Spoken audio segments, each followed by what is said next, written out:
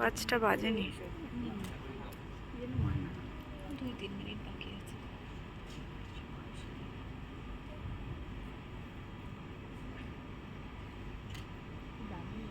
মামার তো বোন আছে, কাকার মেয়েটা বাড়িতে মামা আছে, ওর মেশে না বসে বসে সুন্দর লাগছে, ফটো দারুণ লাগছে। আমার ফটো ক্যামেরাটা ভালো। ॐ सहना भवतु सहनो भुनक्तु सह वीर्यङ्करवावहै तेजस्विनावधीतमस्तु मा विद्विषावहै। ॐ शान्ति शान्ति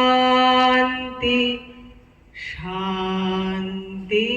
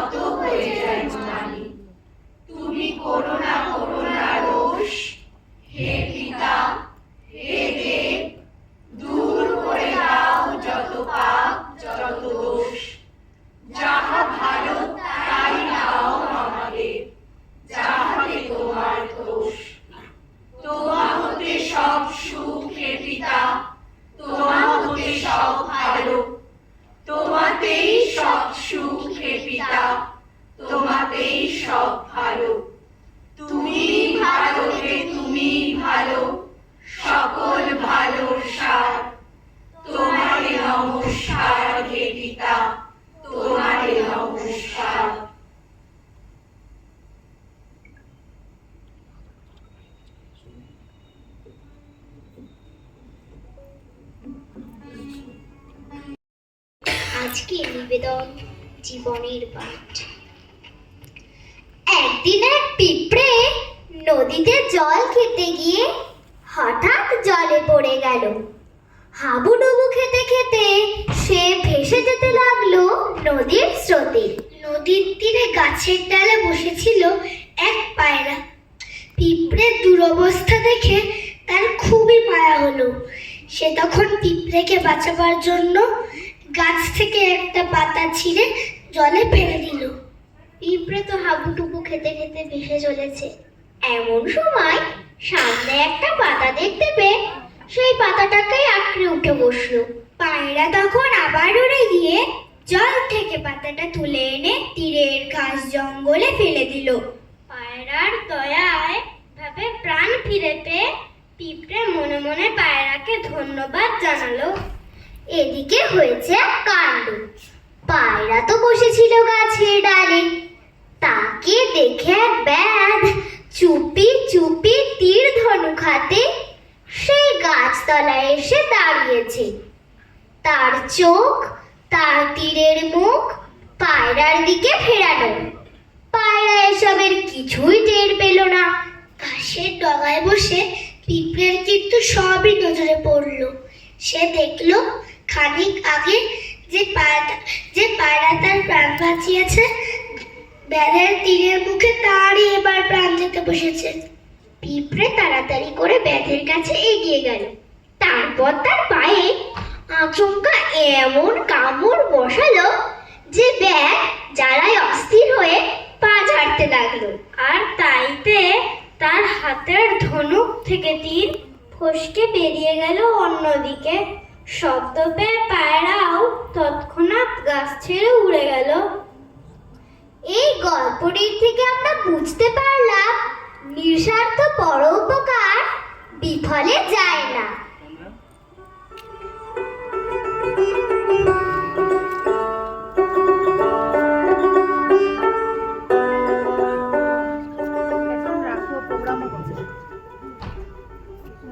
এক মোরগ গাছের ডালে বসে মনের সুখে গান করছিল।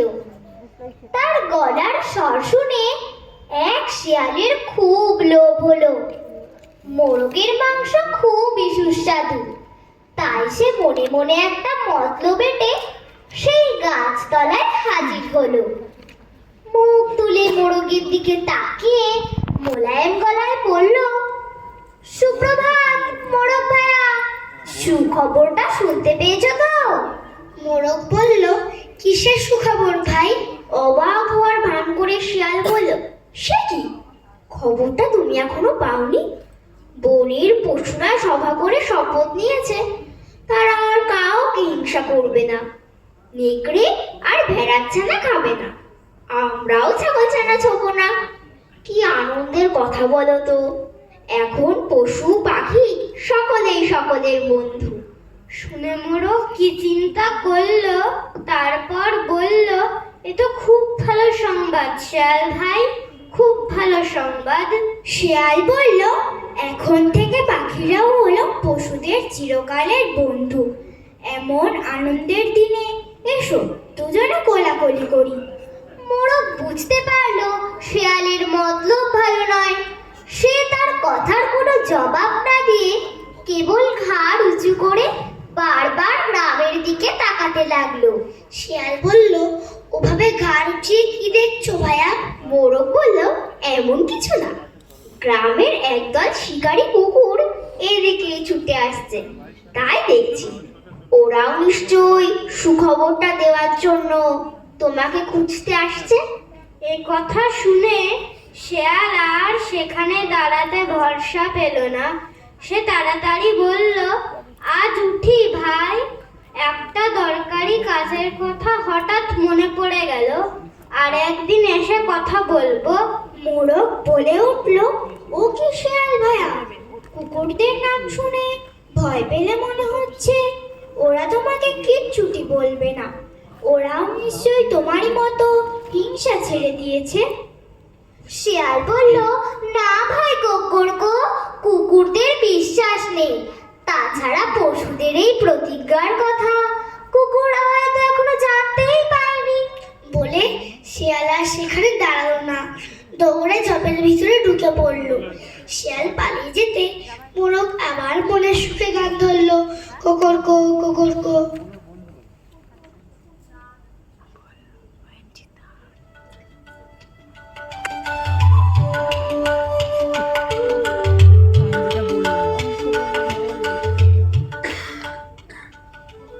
এসো শিখি, দুষ্টের ছলনায় ভুলতে নেই।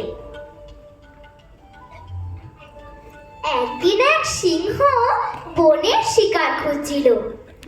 এক জায়গায় এসে সে দেখতে পেল এক খরগোশ নিশ্চিন্তে গাছতলায় ঘুমিয়ে আছে।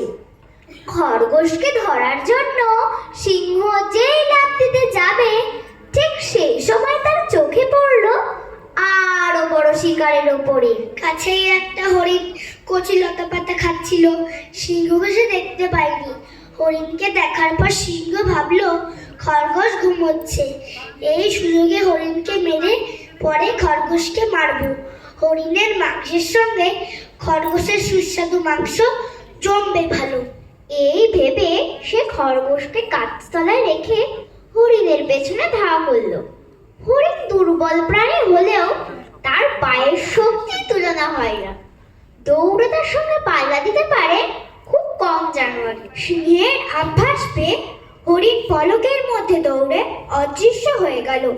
সিংহ চেষ্টা করেও তাকে ধরতে পারল না। নিরাশ হয়ে সে তখন খরগোশকে ধরবে বলে সেই গাছতলায় ফিরে এলো। সিংহ যখন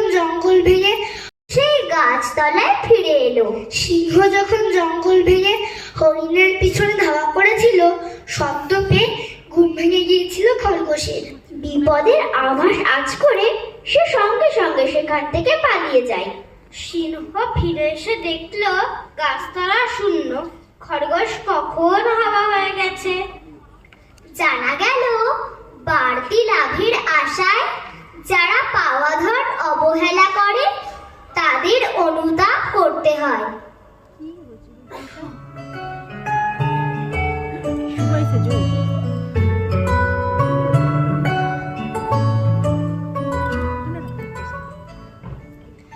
একবার এক গায়ের ইঁদুরের সঙ্গে এক শহরের ইঁদুরের বন্ধুত্ব হলো। গায়ের ইঁদুর বন্ধুকে একদিন নিমন্ত্রণ করে নিজের আস্তানায় নিয়ে এলো। গায়ে দূর থেকে মাঠে গর্ত করে সে নিত্যদিন যা খায় তাই আদর করে বন্ধুকে দিল খেতে কিছু ধান ডাল আর চাল। শহরে ইঁদুর সেসব কিছু খেলো, কিছু ছড়ালো, তারপর বলল, বন্ধু তোমার যে খাবার দাবার দেখছি, এই খেয়ে কি করে বেঁচে আছো? শহরে আমার বাড়িতে রকম রকম খাবার, আর ওসবের স্বাদের কথা কি বলবো, নিজ মুখে পরখ না করলে বুঝতে পারবে না। চলো কাল আমার বাড়ি নিমন্ত্রণ খেয়ে আসবে। পরের দিনই শহরের ইঁদুর গ্রামের ইঁদুরকে সঙ্গে করে এলো শহরে। যে বাড়ির ভাড়ার ঘরে সে থাকে সেখানে ঢুকে গায়ের ইঁদুরের চোখ তো ছানা বড়া। কত রকমের খাবার ধরে ধরে সাজানো, বিন, মটরশুঁটি, ছোলা, বাদাম, পাউরুটি, বিস্কুট আরো কত কি। দেখে শুনে গায়ের ইঁদুরের নিজের কথা ভেবে ভারী দুঃখ হতে লাগলো। কেবল চাল ডাল আর মটর দানা খেয়ে জীবনটা তার কাটলো। সে বন্ধুকে বলল, ভাই তুমি সত্যি ভাগ্যবান, এত রকমের খাবার আমি জীবনে চোখেও দেখিনি। শহরে যে এত সুখ আমি জানতাম না। তাহলেই বোঝো শহরে থাকার কত সুখ। এই বলে শহরের ইঁদুর খুব জাগ করে বন্ধুকে দিয়ে খেতে বসলো। পাউরুটির মিষ্টি গন্ধ নাকে লাগতেই তারই এক টুকরো আগে মুখে তুলল গায়ের ইঁদুর, কিন্তু খাবারটা গেলারও সুযোগ পেল না। এমন সময় দরজা খোলার শব্দ। বিপদের ভয়ে দুই বন্ধু সঙ্গে সঙ্গে রুটি ফেলে দৌড়ে ঘর থেকে লুকালো। বাড়ির কাজের লোক কি দরকারে ঘরে ঢুকেছিল, পরক্ষণে আবার বেরিয়ে গিয়ে দরজা ভেজিয়ে দিল। শহরের ইঁদুর বন্ধুকে বলল, ভয়ের কিছু নেই ভাই, ওরা আমাদের কিছু বলবে না। এসো এবারে বসা যাক। কাল তোমার বাড়িতে কি বলতে কি খেলাম, আজ একটু ভালো মন্দ না খেলে চলবে না। দেওয়ালের গর্ত থেকে বেরিয়ে দুজনে আবার খেতে বসলো। গায়ের ইঁদুর এবারে আর রুটির দিকে হাত বাড়ালো না। একটা বড় সড়ো ডুমুর ঝুড়ি থেকে টেনে নিয়ে দুহাতে বাগিয়ে ধরলো, কিন্তু ডুমুরের দাঁত বসাবার আগেই আবার শব্দ। দরজার ফাঁক দিয়ে গুটি গুটি ভেতরে ঢুকে এলো হোঁতকা এক হুলো। বেড়াল দেখে দুই বন্ধুর খাওয়া উঠলো মাথায়। রাতের তাই মরি মরি ছুটে আবার গিয়ে ঢুকলো গর্তে। গায়ের ইঁদুরের ততক্ষণে আক্কেল গুরু। পর পর এমন দুটি ঘটনায় বেচারির মুখ কাঁপতে লাগলো। সে ভাবলো, মাথায় থাক আমার এত রকমারি খাওয়া, এখন প্রাণটা নিয়ে ফিরতে পারলে বাঁচি। এই ভেবে সে শহরের